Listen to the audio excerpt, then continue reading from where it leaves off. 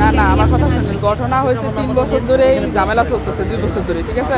কারণ ঘটনা যদি শুরু করি তাহলে কিন্তু বলে শেষ করা যাবে না। আমি সংক্ষেপে বলতেছি, ঠিক আছে? এখন আমার হাজব্যান্ড কালকে ওই হেড অফিসে ওনারা ডাকছে, এই ওনারা সাসপেন্ড করা হয়েছিল, আবার বাইপাস করা হয়েছিল, মানে চাকরি থেকে একবারে অব্যাহতি দেওয়া হয়েছে।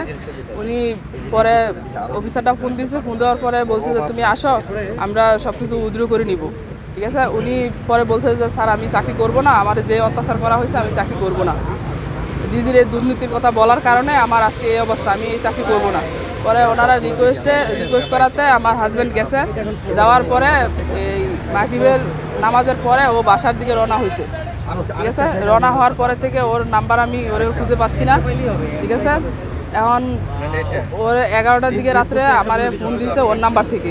ফোন দিয়ে আমারে বলতেছে যে আমাকে ডিবি অফিসে নিয়ে আসছে, তুমি কালকে 11টা 12টার দিকে এসে আমাকে নিয়ে যাও, ঠিক আছে? এতটুকুই। তারপরে আমার আর ওর সাথে কোনো যোগাযোগ হয় না। আমি এখানে আসার পরে ওনাদের জিজ্ঞেস করার পরে ওনারা বলতেছে যে এখানে কাউকে আনে নাই, ঠিক আছে? 5 তারিখের পরে থেকে ওনাদের কার্যক্রম সব কিছু বন্ধ আছে, ওনারা এখানে আনে নাই। তাহলে আমার হাজব্যান্ডে আমাদের ডিজি কি গুম করে দিছে? আমাদের মহাপরিচালক উনি 200 কোটি টাকা দুর্নীতি করছে, দুর্নীতির কথা বলার কারণে আমার হাজব্যান্ডকে আজকে গুম করে দিছে, ঠিক আছে? উনি এখন ঢাকার বাইরে আছে, যাতে উনি দায়ভার এড়াইতে পারে এই জন্য উনি ঢাকার বাইরে আছে, যাতে ওনার উপরে কোনো ব্লেম না আসে, এই জন্য কিন্তু উনি এখন ঢাকাতে নাই, ঠিক আছে? এখানে আসার পরে এখন আমি কোনো পাইতেছি না। আমি ওনার শাস্তি দাবি করছি, উনি পদত্যাগ করুক।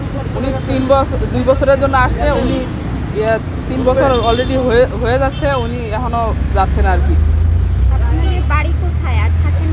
আমাদের বাড়ি হচ্ছে গাজীপুরে, আর আমি থাকি হচ্ছে মিরপুর 10 ফায়ার সার্ভিসের ভিতরে কোয়ার্টারে থাকি। হ্যাঁ, সেখানেই আছি। আমার 2 ছেলে। বড় ছেলের বয়স 10 বছর আর ছোটটা 6 বছর। আমি ওনার পদত্যাগ দাবি করছি। ওনার দুর্নীতির বিরুদ্ধে আমার হাজব্যান্ড মুখ খুলছে, এই জন্য আজকে আমার হাজব্যান্ডের এই অবস্থা। আমাদের ফায়ার সার্ভিসের উনি অনেক দুর্নীতি করে অনেক টাকা পয়সা লুটপাট করছে।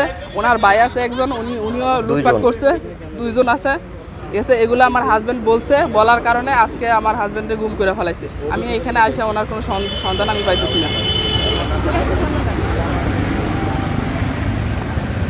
আর বর্তমান সরকারের আপনারা যেটা হাইলাইট করবেন, বর্তমান সরকারের আমাদের সব বিভাগীয় প্রধান নাই, একমাত্র সে চাটকারিতা করে সে ফায়ার সার্ভিসে টিকে আছে। একটু গরম করে বলেন। মহাপরিচালক fire service and civil defence, উনি ফায়ার সার্ভিসে 2 বছরের জন্য চুক্তিতে আসে।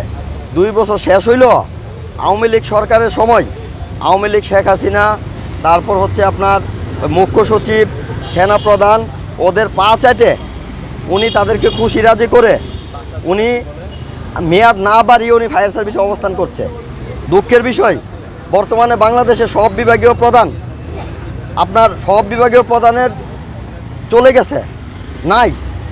আবার উনি নতুন করে ওনার খুলুস পাল্টে ফেলেছে।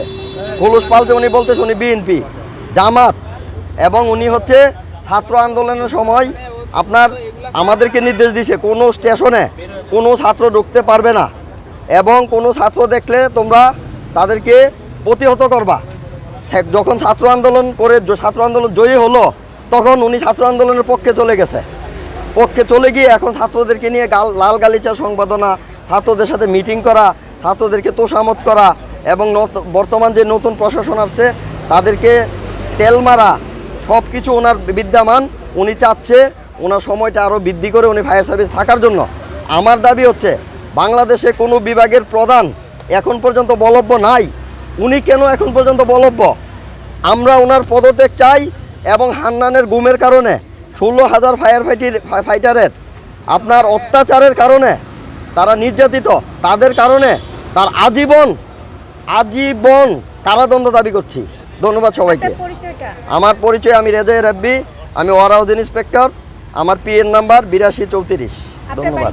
আমার বাড়ি ব্রাহ্মণবাড়িয়া। আমি থাকি খিলগা, ঢাকাতে।